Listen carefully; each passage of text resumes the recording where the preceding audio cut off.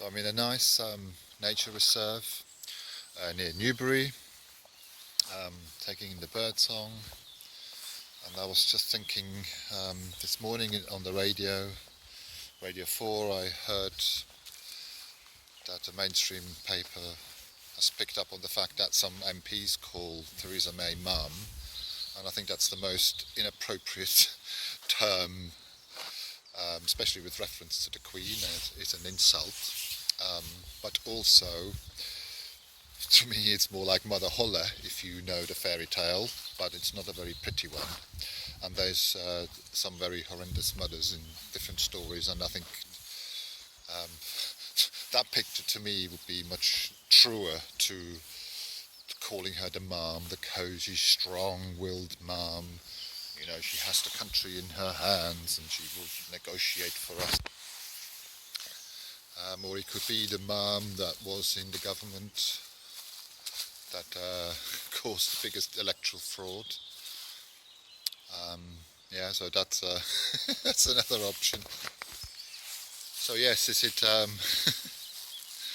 it Brexit that made her call for these elections? I don't think so. Is it the electoral fraud? Yes, because in 4 or 5 weeks' time they may find themselves in the minority. Because if those are convicted of electoral fraud, those almost 20 MPs, then she will lose her majority for sure. So I'm glad that up and down the countries I hear that electoral pacts are being made in marginal seats. Here in Newbury, unfortunately, it's not really worth it because it's not a marginal seat. So I'm glad that the local Green Party, whom I have been a member of and still am a member of, has decided to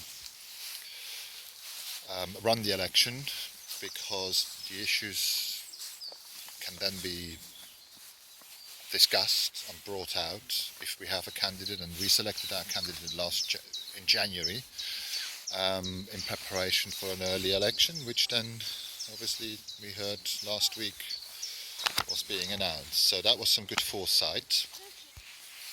So another reason probably she called for this election is she thought, oh well, we've got a 20% lead in the 20-point lead in the polls.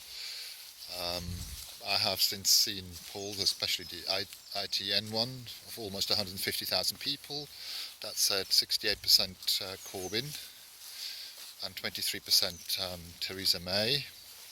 And so yes, it's full of surprises, isn't it? All the YouGov polls, etc., which I'm a member of YouGov, but they've never asked me how I'd vote, because I early on said I'm a Green Party member, so now they're obviously not going to ask me. So sorry, this is a bit shaky, but I'm here with the dogs, my daughter, so the dogs keep pulling me left, right and centre, but that's okay. I like this to be improvised, I like this to be from the heart, and it certainly is from the heart. So yes, electoral pacts in Ealing, I think Ealing South it is, the Green Party has already said that they're withdrawing their candidate or not putting a candidate up, which is very good, because we do have to get those Tories out, because they don't know the difference between a deficit and debts, and that's a fairly fundamental.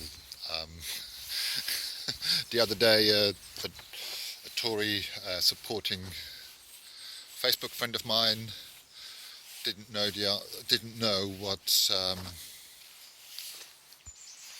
what their capital expenditure means. So I I texted to say that it means it's buildings, equipment, and things like that, and he was referring to a report of government expenditure.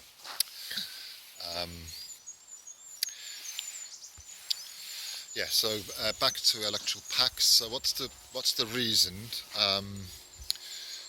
for having electoral pacts? The reason for some parties to stand down candidates, it's to allow other parties to, well, yeah, so the vote doesn't get split. So if Labour is likely to win, then the Liberal Dems and the Greens should stand down and let let the Liberal Dems fight with the Tories. In Brighton Pavilion, Caroline Lucas has a nice majority, so there Labour Party and Liberal Dems should stand down. The Green Party is the only party who advocates pacts nationwide. Both Labour Party and Liberal Dems, their leaders, national leaders, Corbyn and Farron, have both said no, we don't want pacts. So, which I think is a real shame, because it's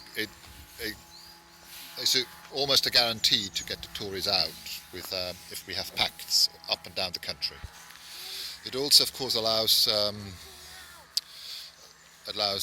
any of those three parties to concentrate resources.